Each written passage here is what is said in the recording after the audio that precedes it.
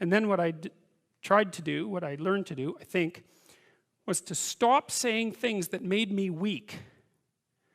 And now that, I mean, I'm still trying to do that because I'm always feeling when I talk whether or not the words that I'm saying are either making me align or making me come apart.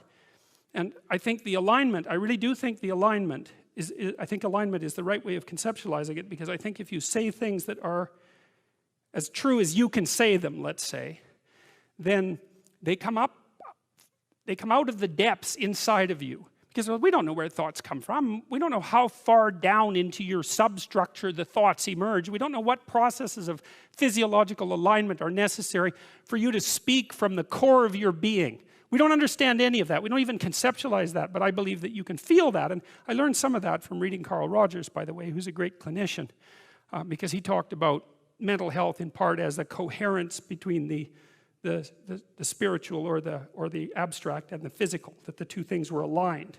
And there's a lot of idea of alignment in psychoanalytic and clinical thinking.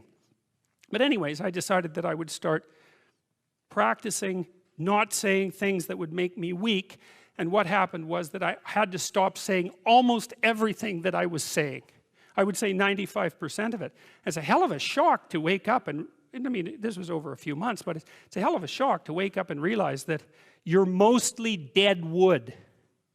It's a shock.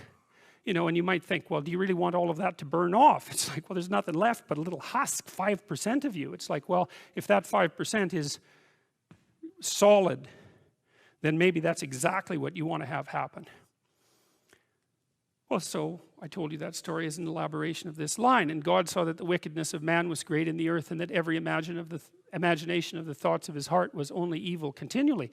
It's a question worth asking. Just exactly what are your motives?